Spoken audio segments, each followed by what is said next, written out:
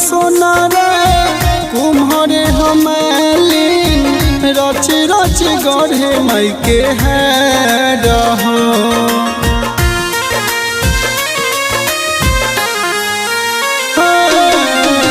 कुम्हरे सोना रे कुम्हरे हमालिन रच रच गढ़े माई के है रहो। रे मलिनिया धीरे धीरे करे हमरा माई के सिंगारवा माई मोरी बारी सुकावा रहो। माई मोरी बारी सुकावा रहो।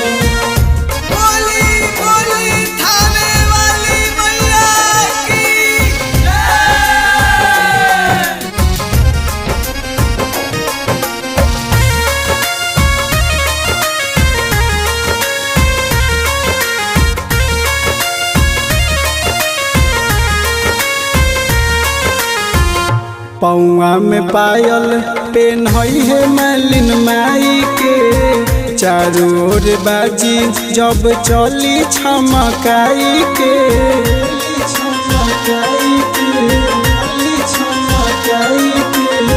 कि देखी के सारा देव करे ले बखान हो ऊपरा से फूल बरसे माई महामाई के।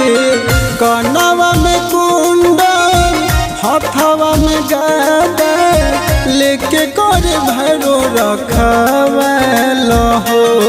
रे मलिनिया धीरे धीरे करे हमरा माई के सिंगारवा माई मोरी बारी सुकावा रहो। माई मोरी बारी सुकावा रहो।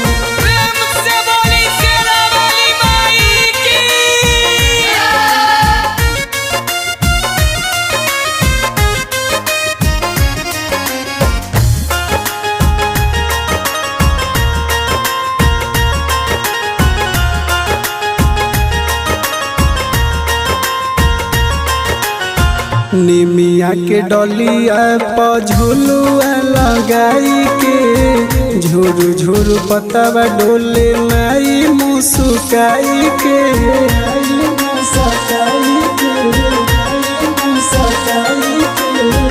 आसन दे के बैठी माई अंगन में आई के शशि लोकुस पाँव धोई है गंगा जल लाई के। विमल मुकेशवा माई के सेवकवा दिनों रात करे गुणगान हो। रे मलिनिया धीरे धीरे करे हमरा माई के सिंगारवा माई मोरी बारी सुकावा रहो। माई मोरी बारी सुकावा रहो। Recording by Bhavani Studio, Navatpur।